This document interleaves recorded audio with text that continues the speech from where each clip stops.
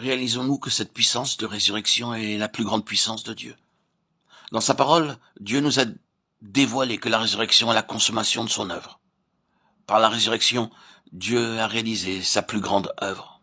C'est pourquoi il désire que nos yeux s'ouvrent pour voir qu'il ne peut faire plus que la résurrection. Car ce qu'il a fait en Christ, c'est le sommet de son œuvre. Et rien n'a été oublié. Louons le Seigneur car son œuvre est déjà achevée. Et rien de plus ne peut y être ajouté. Que le Seigneur ouvre nos yeux aujourd'hui pour voir cela.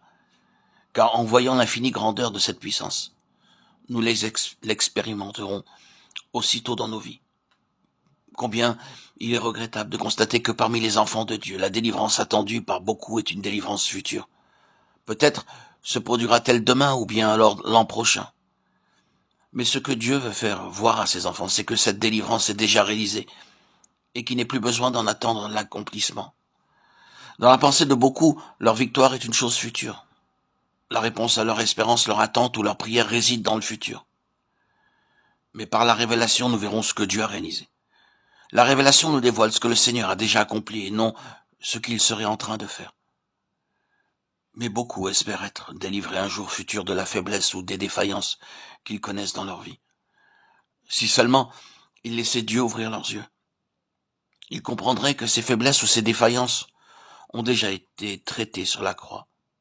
Alors, ils pourraient louer Dieu en disant « Oh Dieu, je te remercie et te loue parce que tu l'as déjà accompli. Merci et louange à toi, la victoire est déjà acquise. »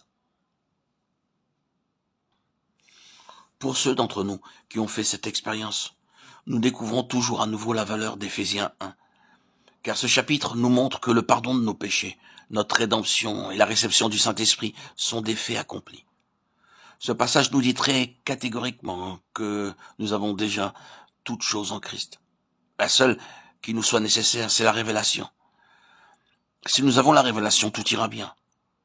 Pourquoi sommes-nous si peu utiles pour le Seigneur? Parce que nous ne voyons pas. Comment se fait-il lorsque le Seigneur Jésus était sur cette terre qu'il eut une telle puissance alors que nous sommes si souvent impuissants? Encore une fois, c'est parce que nous ne voyons pas. La puissance que Dieu manifeste dans les croyants est la même qu'il a manifestée en Christ. Le seul problème aujourd'hui, c'est que nous ne voyons pas comment Jésus voyait. Ce qui manque aujourd'hui, c'est la révélation et non pas une certaine puissance ou un certain degré de puissance. Tout ira bien si nous avons cette révélation. C'est la raison pour laquelle nous devons mettre l'accent sur le besoin de la révélation. Entendre uniquement des messages traitant de la révélation n'est d'aucune utilité. Ce qui constitue la vision doit s'y trouver. La révélation, ce n'est pas de la doctrine. Nous pouvons étudier le premier chapitre des Éphésiens et même le mémoriser. Mais nous n'expérimenterons pas pour autant la puissance décrite dans ce passage. Mais le jour où nous verrons, nous serons réellement transformés. Paul priait afin que le Dieu de notre Seigneur Jésus-Christ vous donne l'esprit de sagesse et de révélation. Sans le Saint-Esprit, quel serait le profit de l'enseignement le plus brillant? C'est le Saint-Esprit qui ouvre nos yeux et nous permet de voir. Lorsqu'il ouvre vraiment nos yeux, nous pouvons dire immédiatement « Merci Seigneur, l'œuvre est accomplie ». Nous ne demandons pas au Seigneur plus de puissance, nous avons simplement perçu combien est grande la puissance qu'il nous a déjà accordée. L'esprit de sagesse nous fera comprendre et l'esprit de révélation nous fera voir. L'esprit de sagesse nous aidera à saisir les choses et par la révélation les introduira en nous. Peut-être que nous avons entendu plusieurs fois parler du dessein éternel de Dieu et de la place de l'Église dans son plan éternel.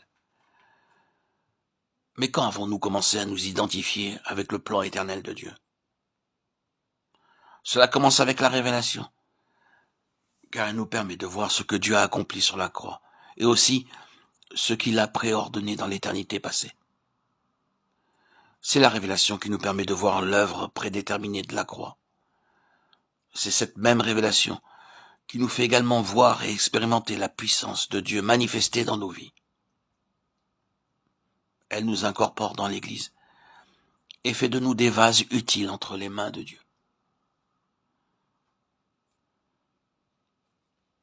Ces paroles peuvent paraître familières à certains, mais cependant, nous devons une nouvelle fois réaliser devant le Seigneur l'importance de la révélation. Nous croyons qu'aujourd'hui Dieu, dans les cieux, est en souci au sujet de cette révélation, car il a déjà accompli ce qu'il avait décidé de faire. C'est pourquoi nous ne devons pas demander quoi que ce soit, mais prier. Comment Paul est le modèle à suivre, comme Paul, afin que le Seigneur nous accorde l'esprit de sagesse et de révélation. Prions, prions humblement devant lui. Oh Dieu, je veux voir. Oh Dieu, je veux voir.